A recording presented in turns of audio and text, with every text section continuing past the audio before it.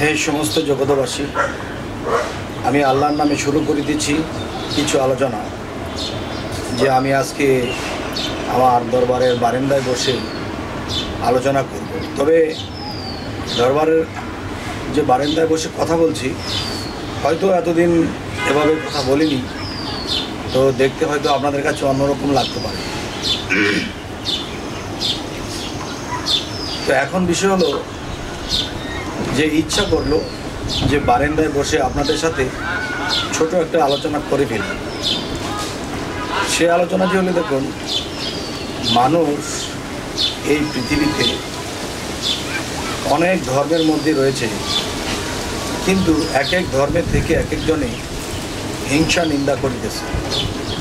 তো আজকের মূলত আলোচনাটি হলো যে আমরা ইসলাম ধর্ম বলি, মুসলমান ধর্ম বলি, এই ধর্মের মধ্যে আমরা রয়েছি, কিন্তু দেখেন এই ধর্মের থেকে আমরা একটা জিনিস জানি, আমাদের নবী পারকান্ডারি, আমাদের রাসূল পারকান্ডারি। দেখেন নবুয়াত কিন্তু খতম হয়ে গেছে, এই কথাটি বলা হচ্ছে, কিন্তু নবুয়াত যদি বন্ধ হয় নবীরা কি করত? নবীরা কিন্তু দেখা যায় যে আল্লাহর পথে মানুষদের ডাকতো, হেদায়েতের পথে মানুষকে ডাকতো। তাহলে হেদায়েতের পথে এখনও তো মানুষকে ডাকছে, যে তাবলিগ আলারা বলতেছে আসেন নামাজ পড়েন, রোজা করেন, হক হালাল চলেন, তারাও তো ডাকছে। তা বলে কি তারা নবী? নাউজুবিল্লাহ। এবং দেখা যায় পৃথিবীতে অন্য অন্য দল বের হয়েছে, তারা মানুষকে ইসলামের দিকে ডাকে, মানুষ ইসলামের দিকে আসে। তাহলে তারা যে ডাকে, তারা যে হেদায়েতের পথে ডাকে, তারা কি নবী? না। তাহলে নবী যদি না হয়, আজকের মূলত কথাটা হলো কি, আল্লাহ যদি ঘোষণা দিয়ে থাকে যে আমি নবুয়ত খতম করে দেব, একটা ব্যক্তিকে যদি খতম করে দেওয়া হয় বা একটা নবুয়তের ক্ষমতা যদি খতম করে দেওয়া হয়, তাহলে এটা শেষ করে দিলে কিন্তু এটার পরিবর্তে আরেকটা আসবে। এটার পরিবর্তে আরেকটা যে আসবে সেটা কি? সেটাই হলো সূরা কাহাফের 17 নম্বর আয়াতে আল্লাহ বলেছে, যারা আমার মুর্শিদকে মানল তারা আমার রাসূলকে মানল, আর যারা আমার রাসূলকে মানল তারা আমি আল্লাহকে মানল। তাহলে এই কথা যদি বলা হয়, তাহলে বোঝা গেল সে নবুয়ত খতম করে দিয়ে এটা এখন মুর্শিদে পরিণত হয়েছে। এটা এখন ওলিয়া উলিয়াদের মধ্যে যারা মুর্শিদি হয়েছে, যেমন যারা সাধু পুরুষ, তারা পীর নয়, মুর্শিদ নয়, এবং যারা আল্লাহর ওলি হয়েছে তারাও কিন্তু পীর মুর্শিদ নয়। পীর মুর্শিদ এটা লাইন বাই লাইন আসে, কর্মে তার মুর্শিদ তাকে দেবে, তার মুর্শিদ তাকে দেবে, এটাই হলো নিয়ম। তো এখন যে কথাটি বলবো, তাহলে নবুয়ত যে খতম হলো, সেই নবী এখন কোথায় গেল? সেই নবী কিন্তু এখন সেই পীর মুর্শিদের মধ্যে এসে গেল। আর সেই পীর মুর্শিদের মধ্যে এসে যে একটি নবী যুগান্তরে আসতো, সেই নবী এখন আসছে কোথায়? মুর্শিদের মাধ্যমে এসেছে, প্রমোশন ঘটিয়েছে, যে একজন নবী সারা ধর্মকেই, সমস্ত ধর্মের মধ্যে যে এক একটা ধর্ম, পুরাটা ধর্মকে সে রক্ষণাবেক্ষণ করা, শিক্ষা দেওয়া, মানুষকে আল্লাহর পথে ডাকা, এগুলো করত। একজন নবী হয়ে এটা করত। কিন্তু এখন যে লক্ষ মুর্শিদের মধ্যে নবী বিরাজমান, কোটি কোটি মুর্শিদের মধ্যে সেই রাসূল বিরাজমান, আর অগণিত মুর্শিদের মধ্যে সেই রাসূল আল্লাহই বিরাজমান। তাহলে বোঝা গেল কি? তাহলে বোঝা গেল নবী খতম হয়েছে এক দরজা দিয়ে, তো আরেক দরজা দিয়ে বের হয়ে তিনি মুর্শিদ হয়ে গেছে। সুবহানাল্লাহ। তাহলে একটি কথা বলা হয়, নবীকে যদি কেউ অমান্য করা হয়, তাহলে সেটা আল্লাহকে অপমান করা হয়। যদি রাসূলকে কেউ অপমান করে, তাহলে আল্লাহকে অপমান করা হয়। তাহলে মুর্শিদকে, তাওহীদের মুর্শিদ আমার মোহাম্মদের নাম, সেই মুর্শিদকেও যদি অপমান করা হয় তাহলে সেই আল্লাহকেই করা হয়, সেই রাসূলকেই করা হয়। জানি না এই বারিন্দায় বসে আপনাদের সামনে আলোচনাগুলো করছি আপনাদের কি খারাপ লাগছে কি না। আমি এভাবে কখনো বারিন্দায় বসে আলোচনা করিনি। তবে যাই হোক, এই সমস্ত জগতবাসী, যে কথাটি বোঝাতে চাচ্ছি, কেউ যদি খবর জানতো যে ইমুক দেশের নবী আসছে, ইমুক জায়গায় নবী যে আসছে, তখন কিন্তু মানুষ দৌড়াতে দৌড়াতে পারুক বা গাড়ি দিয়ে পারুক, যেভাবেই পারুক সেই নবীর কাছে পৌঁছাতো, নবীকে দুই নয়নে দেখে আসতো। তাহলে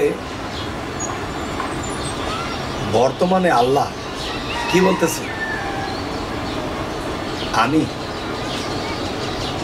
একজন কামেল মুর্শিদের মধ্যে আছি, আর সেই কামেল মুর্শিদের মধ্যে আমার রাসূলকে নিয়ে, আমার নবীকে নিয়ে আমি আছি। তোমরা যদি পৃথিবীতে কোনো কামেল মুর্শিদকে দেখো তাহলে মনে রেখো, সেই কামেল মুর্শিদের হাত পা চোখ নাক কান সমস্ত কিছু আমি রাসূলের, আর আমি রাসূলের হাত পা চোখ নাক কান কথা সমস্ত কিছু আল্লাহর। তাই বলা হয়েছে নবুয়ত খতম হয়েছে, রাসূল কিন্তু খতম হয়নি। রাসূল যদি খতম না হয়ে থাকে তাহলে সেই রাসূল কোথায়? সেই রাসূল যার যার কামেল মুর্শিদের মধ্যে বিরাজমান। সুবহানাল্লাহ।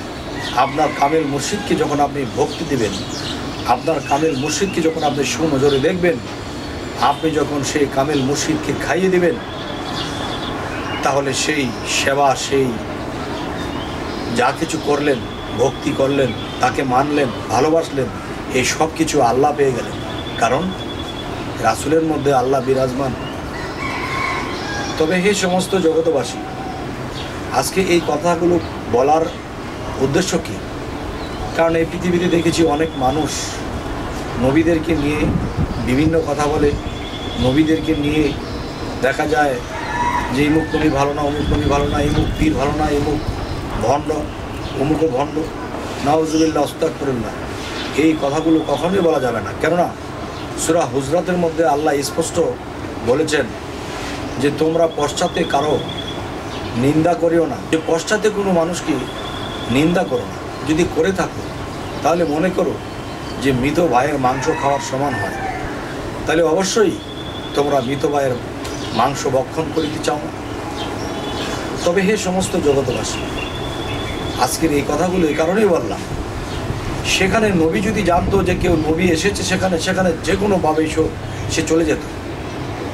কিন্তু একজন মুর্শিদের মধ্যে নবী, আল্লাহ, রাসূল সমস্ত কিছু যে উপস্থিত, আমার মুর্শিদকে দেখলে নবীকে দেখা হয়, আমার মুর্শিদকে দেখলে রাসূলকে দেখা হয়, আমার কামেল মুর্শিদকে দেখলে আল্লাহকে দেখা হয়, খোদাকে দেখা হয়। এই কথাটি যদি মানুষ বুঝতো, জানতো, তাহলে বিরোধ করতো না, আর কেউ কাউকে কখনো অন্যায়ভাবে টর্চারিং করতো না যে তোমরা ভণ্ড, তোমরা এটা, তোমরা সেটা। তো এখন বলা হয় যে আল্লাহ পীরের মধ্যে বা মুর্শিদের মধ্যে, তা আল্লাহ কি বলেছে? ওয়াল্লাযী খালাকাল মাউতা ওয়াল হায়াতা, যে পৃথিবীটা আমি পরীক্ষার জন্য সৃষ্টি করেছি, কিন্তু আমি কোন রূপে তোমাদেরকে পরীক্ষা করব? সেটি হলো খালাকাল ইনসানি আদম ওয়ালি সূরাতি।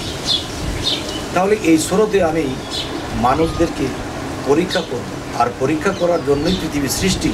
আবার অন্যথায় বলেছে যে প্রেমের জন্যই এই পৃথিবীর সৃষ্টি। তো পৃথিবীর মানুষ যে দুনিয়ার লোভ লালসার প্রেমে পড়ে গেছে, নারীর প্রেমে, গাড়ির প্রেমে, বাড়ির প্রেমে, এসবের প্রেমে পড়ে গেছে, কিন্তু যে এই সমস্ত কিছু সৃষ্টি করলেন তার প্রেমে কেউ বললেন না। তবে যাই হোক, এই সমস্ত জগতবাসী, আজকের এই আলোচনা আমি এই জন্যই করলাম যাতে আমরা বুঝতে পারি এই পৃথিবীতে আমরা এসেছি আল্লাহর পরীক্ষা পাশ করার জন্য, আল্লাহকে চেনার জন্য, মানার জন্য। এবং নবুয়ত খতম হয়েছে, এবং এখন থাকবো কোথায়? এখন থাকবো মুর্শিদের মাধ্যমে। আর সেই মুর্শিদের হাত, রাসূলের হাত, রাসূলের হাত আল্লাহর হাত। সেই হাতে যদি হইতে পারি বায়াত, তাহলে জীবন ধন্য। আমরা আর থাকবো না শূন্য, আমরা হয়ে যাব পূর্ণ। তো তবে হে সমস্ত জগতবাসী, আমাদের এই চ্যানেলের আলোচনা যদি ভালো লাগে অবশ্যই সাবস্ক্রাইব করে নেবেন। সামনে কী ধরনের আলোচনা চাইছেন অবশ্যই জানাবেন। সকলে ভালো থাকবেন। আল্লাহ হাফিজ।